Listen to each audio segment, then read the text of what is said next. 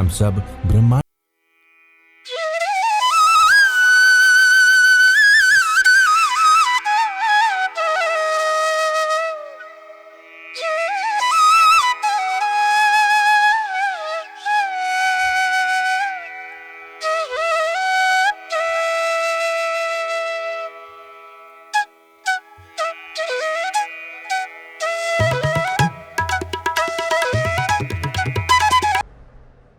परम श्रद्धेय ज्ञान गुरु आचार्य सम्राट डॉक्टर श्री शिव मुनि जी महाराज साहिब के आशीर्वाद से स्थापित इस फाउंडेशन का प्रमुख उद्देश्य देश के विभिन्न स्थानों पर स्थित ध्यान केंद्रों का संचालन करना, आत्म ध्यान से संबंधित साहित्य का प्रकाशन करना, आत्म ध्यान साधकों को एक प्लेटफॉर्म पर लाकर जन जन तक पहुंचाना है। फाउंडेशन में सभी ट्रस्टी एवं सदस्यगण आचार्य श्री डॉक्टर शिव मुनि जी महाराज साहिब एवं आत्म ध्यान के प्रति समर्पित हैं। ये फाउंडेशन संपूर्ण विश्व में आत्म ध्यान साधना के प्रसार के लिए कटिबद्ध है। शिवाचार्य श्री के सानिध्य में होने वाले हर आयोजन में ध्यान की चिंतन धारा लाखों करोड़ों लोगों की प्रेरणा का स्रोत बन रही है। ऐसे में शिवाचार्य श्री द्वारा प्रदत्त आत्म ध्यान साधना से संबंधित ऑडियो एवं वीडियो पुस्तकों आदि का संचय करना, प्रिंट मीडिया, सोशल मीडिया आदि के माध्यम से उनका संरक्षण, संवर्धन, सृजन एवं संचयन करना भी ट्रस्ट का प्रमुख उद्देश्य है। इस ट्रस्ट के माध्यम से आत्म ध्यान प्रशिक्षकों का वर्ग तैयार कर उनकी समस्त व्यवस्थाओं को संचालित किया जाता है।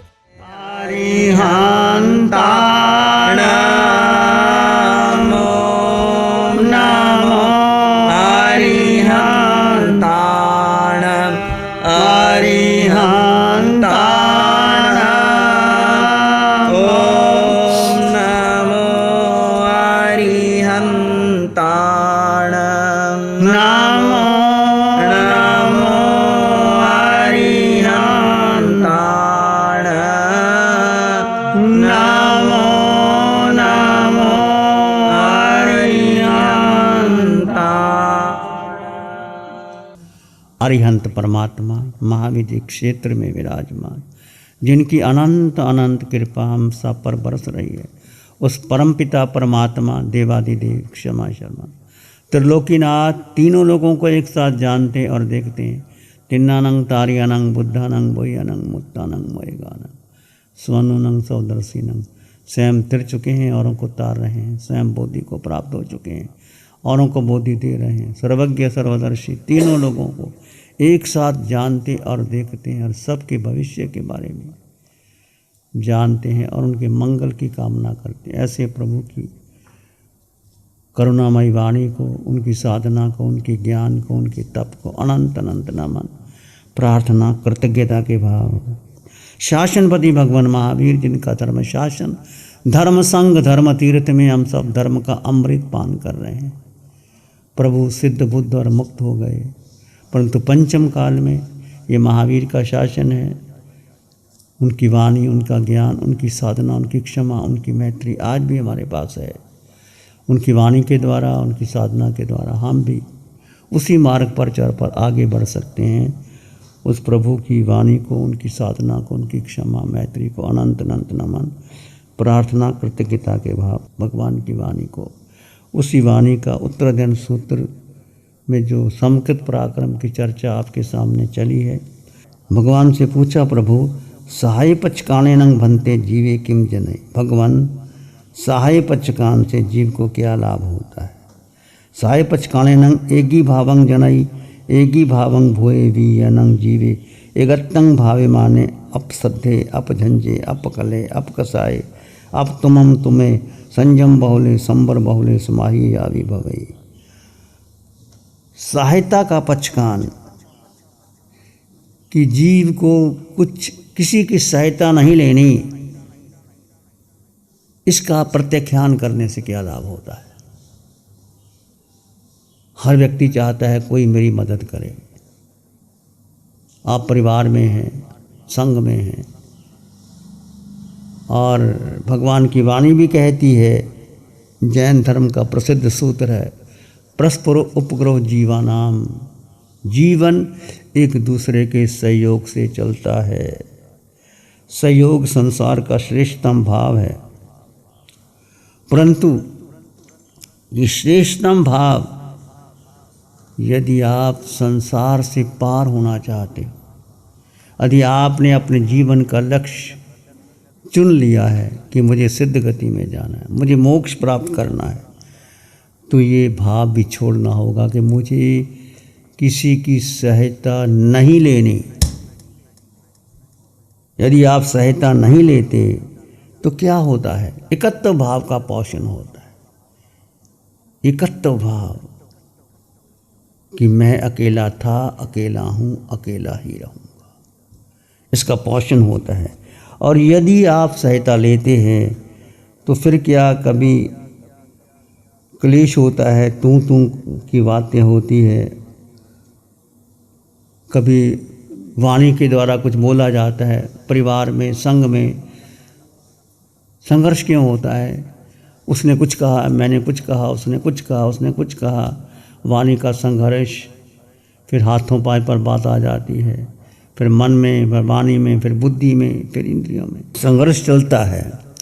यदि किसी व्यक्ति ने आपको सहायता नहीं दी तो क्या होता है, और सहायता दे दी तो क्या होता है? कभी सोचा है आपने इसके बारे में?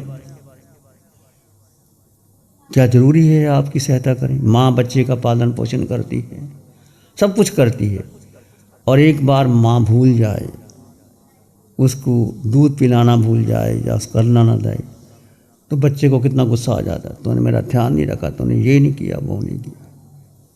तो क्या जरूरी है कि हमें सहायता में जीवन जीना है कि सहायता से अलग होकर जीवन जीना है? बोलो, आपका क्या विचार है? क्या हमें किसी की सहायता की ज़रूरत है या सहायता के बिना भी जीवन चल सकता है? क्या आपने संकल्प किया कि मुझे कुछ नहीं चाहिए, मैं अकेला रह सकता हूँ?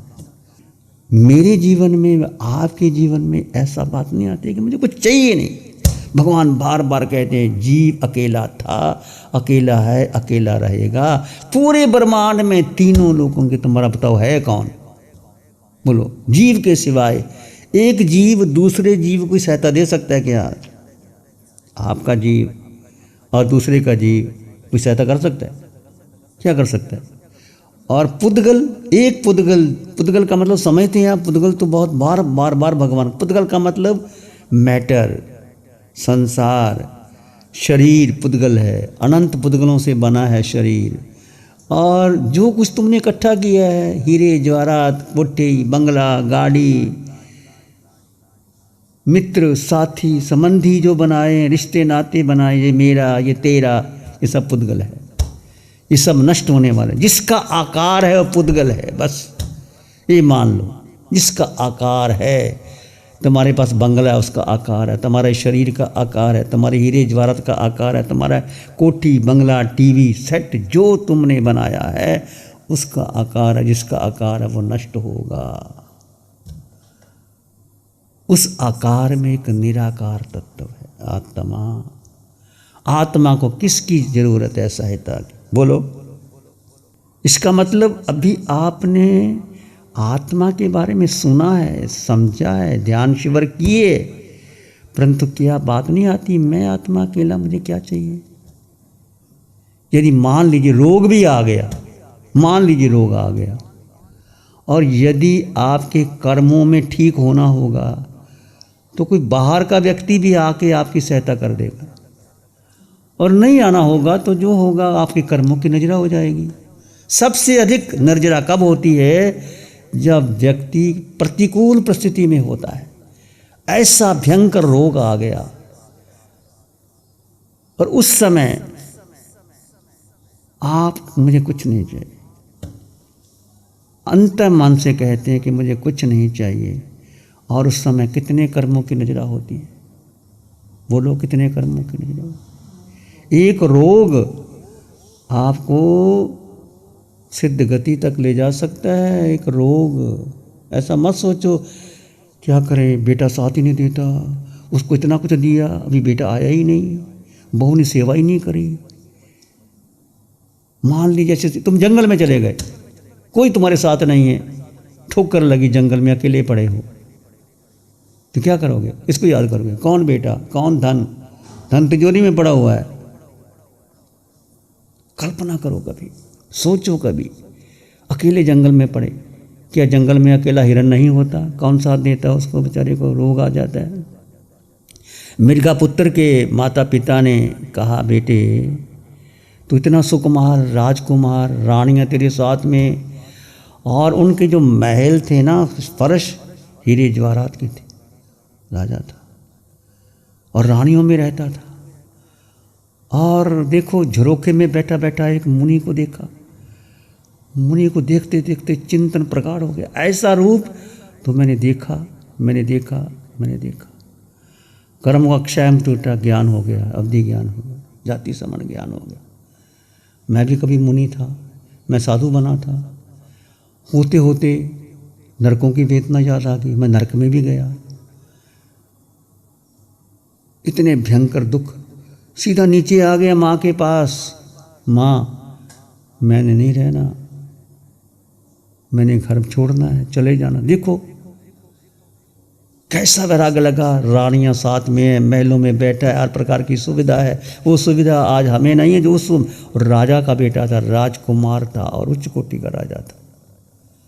नीचे आता, माता पिता बहुत समझाते हैं कि बेटा साधु बनना तो कांटों की धार है, कैसे पंच महाव्रत लेगा, कैसे तो अकेले जीवन जिएगा। तो मिर्गापुत्र बार बार समझाते हैं माता पिता, ये कुछ भी नहीं है। तो नरकों में मैंने सहन किए हैं, नरकों के कुंभियों में मुझे पीला गया, काटा गया, छेदा गया, भेदा गया। पता है जब कुंभी में जाता है तो नरक की नेरी वो कैसे निकालते हैं? कुंभी छोटी होती है और लगी होती तीक्ष्ण, और वो निकल नहीं सकता, तो परमाधर्मी देव उसको खींचते हैं, उसको बाहर निकालते हैं। कितनी पीड़ा होती है, कुछ नहीं कर सकता वो। कहते माँ, मैं नरकों की वेदना सहन की है, नरकों में छेदा गया, भेदा गया, काटा गया, आरे की तरह चीरा गया, जल नहीं मिला, बैतरनी नदी में गया। माँ ये कष्ट तो कुछ भी नहीं। बहुत समझाया माँ। फिर कहती माँ, उस समय तो इलाज नहीं होते थे कि तुम जब रोग आ जाएगा तो कौन रक्षा करेगा तेरे। आज तो रोग आते हैं, आप हमारे पास डॉक्टर भी लेके आते हो, पंचम काल है, इतनी सुविधा है हमारे पास। जो सुविधा तुम्हें नहीं मिलती वो हमें मिलती है। ये महावीर का वाना है, हमारा कुछ नहीं है, ये वाना है महावीर का। जो आप भोजन नहीं करते वो भोजन हमको देते हो, जिस मकान में आप नहीं रहते वो मकान हमको देते हो।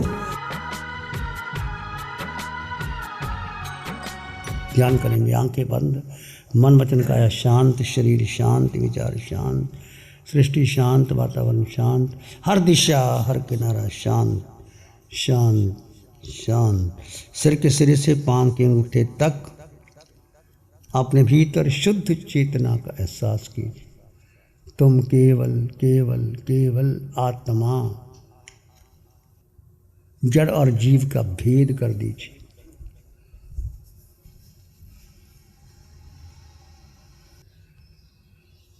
मैं आत्मा हूँ।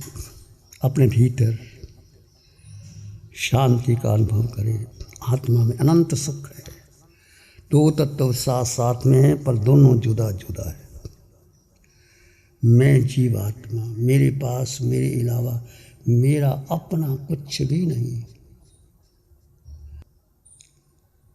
पूरे ब्रह्मांड में मेरा अस्तित्व है। मैं अकेला, अनंत सुख वाला, अनंत ज्ञान वाला, अनंत दर्शन। मन मानस में प्यार ही उर्मिल उर्मिल हो।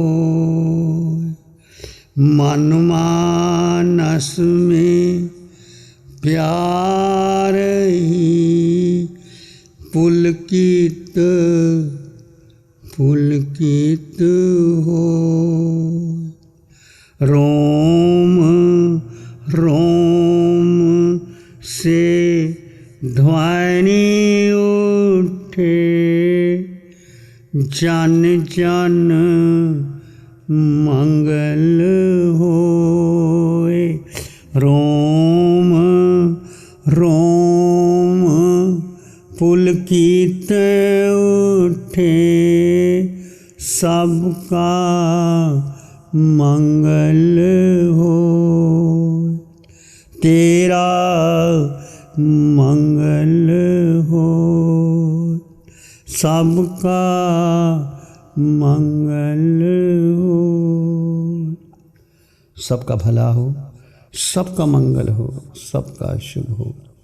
इसी में एक लंबा गहरा सांस लें, अरिहंत परमात्मा के चरणों में अनंत कृतज्ञता ज्ञापित करें। एक और लंबा गहरा सांस। अरिहंत परमात्मा के चरणों में नमन और वंदन। दोनों हाथों को आंखों पे ले जाएं।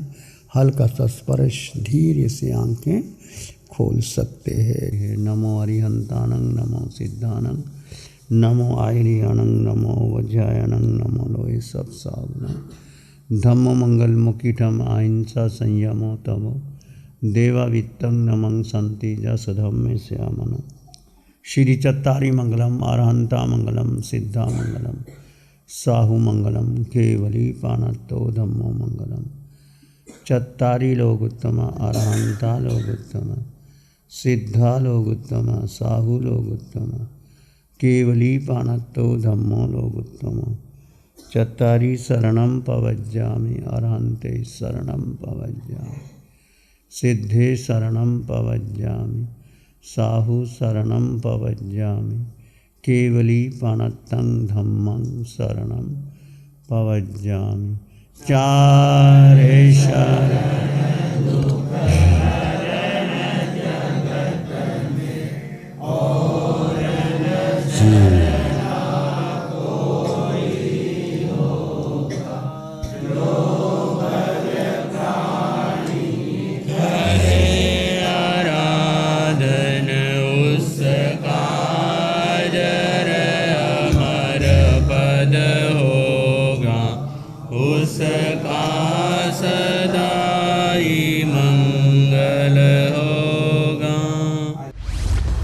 लग्जरी, कंफर्ट, शानदार view, park Inn by Radisson hotel.